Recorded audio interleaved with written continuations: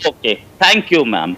Now जो आप बता रही हैं कि लेजिस्लेशन पास इससे पहले हुआ जवाब 20 शुरू करोड़ करें, मैं भी कुछ ऐड करना चाहूंगी। आप मेरे सवाल का जवाब दीजिएगा। इधर उधर की जब आप गुफ्तगू शुरू करते तो फिर मुझे भी टोकना पड़ता, कोई ना कोई जो यहाँ से मेहमान मौजूद होता है वो भी कह देता कि सवाल तो कुछ और पूछा था। जी प्लीज। या मैडम ऐसा होता है कि आपके जो पाकिस्तानी पैनलिस्ट हैं वो 10 झूठ बोलते हैं, तो उन 10 झूठ को एक एक करके काउंटर करना मेरा, क्योंकि मैं अच्छा। इंडिया की तरफ से बैठा हूं और यहाँ आशुतोष सर जैसे सीनियर आदमी बैठे हैं, अच्छा। तो उनका फर्ज बनता है कि इंडिया में क्या रियलिटी है और वो बताई जाए। तो वो एक एक करके मैं बताता हूं, तो आप बोलते हैं वो जो उन्होंने बोल दिया झूठ तो उसको आप पर्दाफाश ना करें, आप एक का सवाल जवाब दे दें, तो वो पॉसिबल थोड़ा सा मुश्किल है। नाउ यू चलिए सेड जवाब दीजिए ना गांधी रोहित। के, यस, गांधी के इंडिया और मोदी का इंडिया। मैडम गांधी का इंडिया जो है ना वही मोदी का इंडिया है।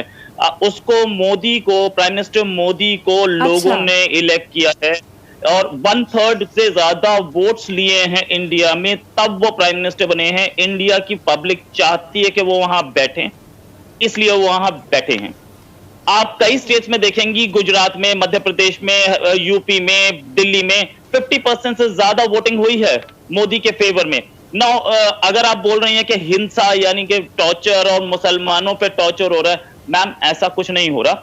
असलियत ये है कि यहाँ मुस्लिम्स को बराबर राइट्स हैं, यहाँ मुस्लिम्स प्राइम मिनिस्टर्स हैं, यहाँ मुस्लिम्स जजेस हैं, यहाँ मुस्लिम्स सरकारी जॉब में हैं, बड़े बड़े आईपीएस आईएएस ऑफिसर्स हैं। तो ऐसा कुछ नहीं है कि यहाँ पे जुल्म हो रहा है, यहाँ पूरे राइट्स हैं।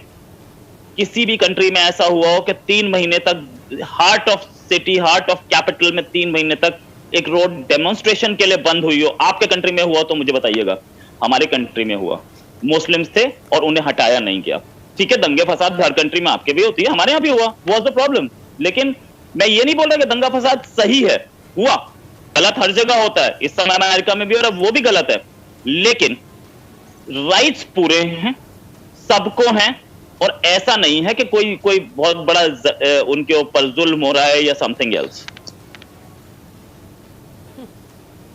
अच्छा चलें जी, मलिहा आपकी तरफ आती हूँ। रोहित मैंने आपको बिल्कुल भी इंटरप्ट नहीं किया, ठीक है। अब मैं मलिहा आपकी तरफ आती हूँ। मलिहा आप यकीनी तौर पे रोहित की बातों का भी जवाब देना चाह रही हूँ, वो भी दीजिएगा। साथ ही मैं सवाल पूछना चाहूँगी कि सरहद की जो सूरत हाल है वो हम देखते हैं कि दिन ब दिन संगीन होती जा रही है। भारत के अंदर अगर हम सिचुएशन देखें तो वहाँ पे भी आग लगी हुई है। मोदी आग लगाने पर बाजिद है। मुसलमान वहाँ पे सफ़र कर रहे हैं, सिख वहाँ पे सफ़र कर रहे हैं, तमाम माइनॉरिटीज़ वहाँ पे पिस रही हैं, और रोहित कह रहे हैं कि वहाँ पे ऐसा कुछ भी नहीं है। रोहित अगेन एक ऐसे भारत का नक्शा खींच रहे हैं जो मुझे तो नज़र नहीं आ रहा। अगर आपको नज़र आ रहा है तो ज़रा मुझे भी समझा दें, नाजरीन को भी, और रोहित को भी ज़रा समझा दें अपने अल्फाज में।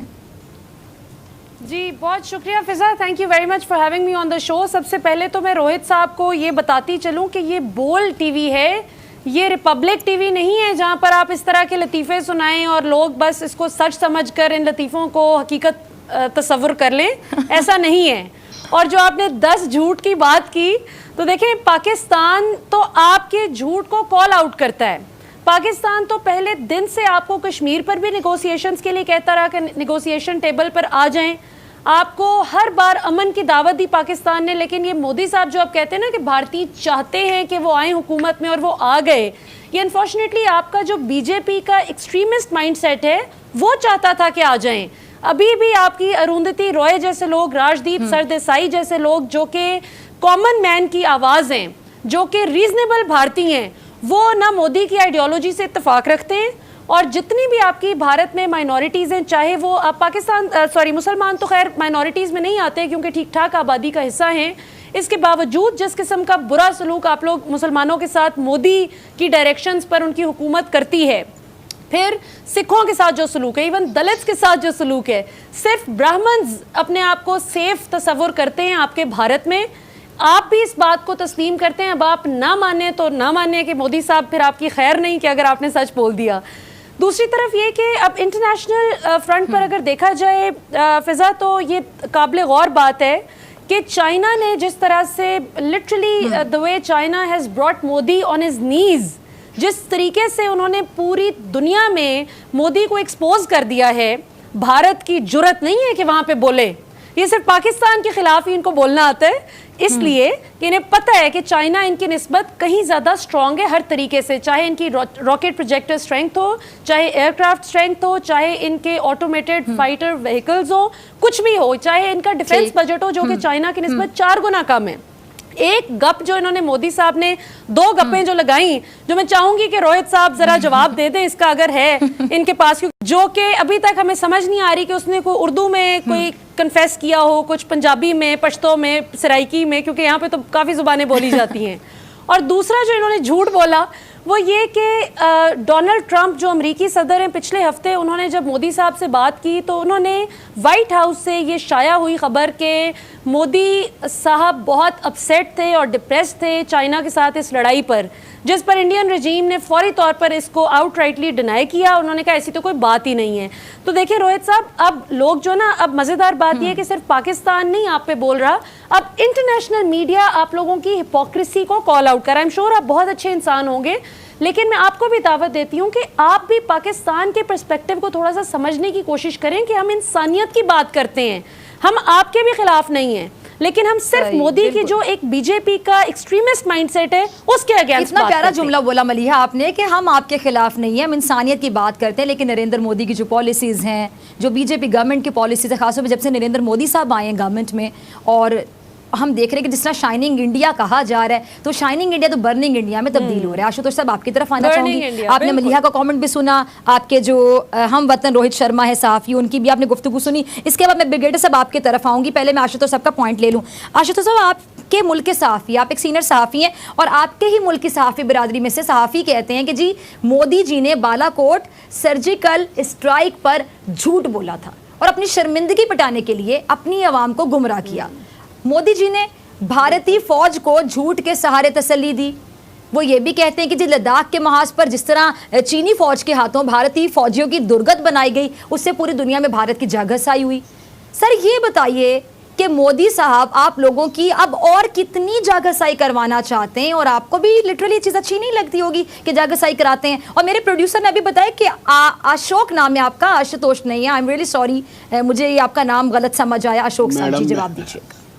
मेरा नाम आशुतोष है। जी जी जी जी, आपके प्रोड्यूसर ने गलत नाम आपको बताया। आशुतोष मेरा नाम। हाँ हाँ, अच्छा ठीक है ठीक है ठीक है, मेरे मुझे सुनने में गलती हुई। ठीक है ठीक है, जिन सहाफ़ी ने बोले उन सहाफ़ी का नाम अशोक है, आपका नाम आशुतोष है। जी बताइएगा, अशोक साहब की बात से आप अग्री करते हैं, सेकंड करते हैं उनकी राय को?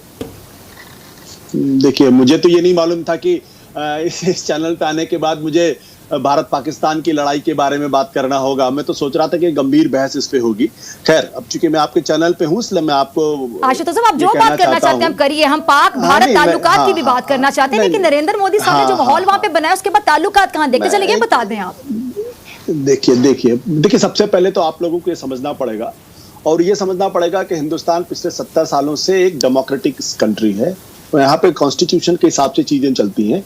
यहाँ पे मिलिट्री कू नहीं होते हैं, और यहाँ पे कोई भी आर्मी जनरल अचानक तख्ता पलट करके हिंदुस्तान का बादशाह नहीं हो सकता, ना हिंदुस्तान का प्रधानमंत्री हो सकता है। यहाँ पे चुनाव होते हैं और 5 साल के बाद चुनाव होते हैं और जनता चुनती है, और जनता की वजह से लोग यहाँ के प्रधानमंत्री बनते हैं और जनता ही उनको किनारे भी कर देती है। तो एक बुनियादी फर्क है, इसको हमें समझना पड़ेगा। दूसरा, हिंदुस्तान की माइनॉरिटीज के बारे में, हिंदुस्तान के लोगों के बारे में थोड़ी सी भी बात करने के पहले थोड़ा सा हमको ये भी समझना पड़ेगा कि पाकिस्तान के अंदर माइनॉरिटीज की स्थिति क्या है। मैं आपको ले जाना चाहूंगा 1953 के पहले की स्थिति, जब वहां पे अहमदियों का क्या हाल हुआ, और उसके बाद आप लोग किस तरीके से अहमदिया और दूसरे लोगों को बिल्कुल पाकिस्तान की जो डेमोक्रेटिक पॉलिटी है वहां से उनको किस तरीके से किनारे कर दिया गया। तो हम इस सवाल में ना जाएं तो बेहतर है, क्योंकि दोनों तरफ क्योंकि दिक्कतें बहुत ज्यादा पैदा हुई। मैं एक ही बात कहना चाहता हूं कि हिंदुस्तान के अंदर जो कुछ भी हो संविधान के हिसाब से, लोकतंत्र के हिसाब से है, और हर मुल्क के अंदर उसकी अपनी दिक्कतें होती हैं, चाहे पाकिस्तान हो चाहे हिंदुस्तान हो। आज कम से कम हिंदुस्तान की जो हैसियत है पूरे अंतर्राष्ट्रीय बिरादरी में, उसका मुकाबला कम से कम पाकिस्तान से तो बिल्कुल ही नहीं है। पाकिस्तान की हैसियत पूरे दुनिया के अंदर जो है वो मैं बताना नहीं चाहता हूं, क्योंकि उसकी इमेज एक ऐसे मुल्क की है जो आतंकवाद को एक्सपोर्ट करता है, और वहां पे डेमोक्रेटिक किसने बनाया ये इमेज? गलत इमेज जो क्या बकायदा समझ आ रहा है कि आतंकवाद पाकिस्तान नहीं है। कौन है जहां पे आग लगी हुई है? आशुतोष साहब ये भी क्लियर कीजिए ना जरा साथ साथ, मैं आपकी बात को इंटरप्ट नहीं करना चाह रही, लेकिन गलत बात कर रहे हैं ना। माफ करिएगा, मैं बिल्कुल आपका जवाब मैं लूंगी, मैं बिल्कुल तू मैं नहीं करना चाहता आपके चैनल पे। मैं तो गंभीर बहस के लिए आपके टीवी चैनल पे आया था, और अगर तू मैं करना है तो मैं करता भी नहीं। मैं बिल्कुल सीधी सी बात कहना चाहता हूँ कि हिंदुस्तान पर उंगली उठाने के पहले पाकिस्तान आशुतोष साहब मेरी बात सुनिए, एक मिनट यहीं पर रुक जाइए। देखिए मैंने आपको बड़ी इज्जत से बुलाया प्रोग्राम में, मैं आपको एंड तक रिस्पेक्ट दूंगी, हमेशा रिस्पेक्ट दूंगी। ये कोई अर्नाब गोस्वामी का प्रोग्राम नहीं है, ये रिपब्लिक टीवी नहीं है कि यहाँ पे बैठ के बदतमीजी की जाएगी। हमारे यहाँ से जो मेहमान जाते हैं, अर्नाब गोस्वामी जो हाल करते हैं, यहाँ पे तू मैं वाली बात तो है ही नहीं। आप अपने आर्गुमेंट से बात, आप आर्गुमेंट अपने बिल्कुल आप जो राय देना चाहते हैं आप देंगे, हम आपकी आवाज भी बंद नहीं करेंगे, मैं आप पे चढ़ाई भी नहीं करूंगी, बदतमीजी भी नहीं करूंगी। नहीं मैडम माफ करिएगा, मेरी कोई दिलचस्पी इस तरीके की बहस में रहने की मेरी कोई दिलचस्पी नहीं, माफ करिएगा आप मुझे।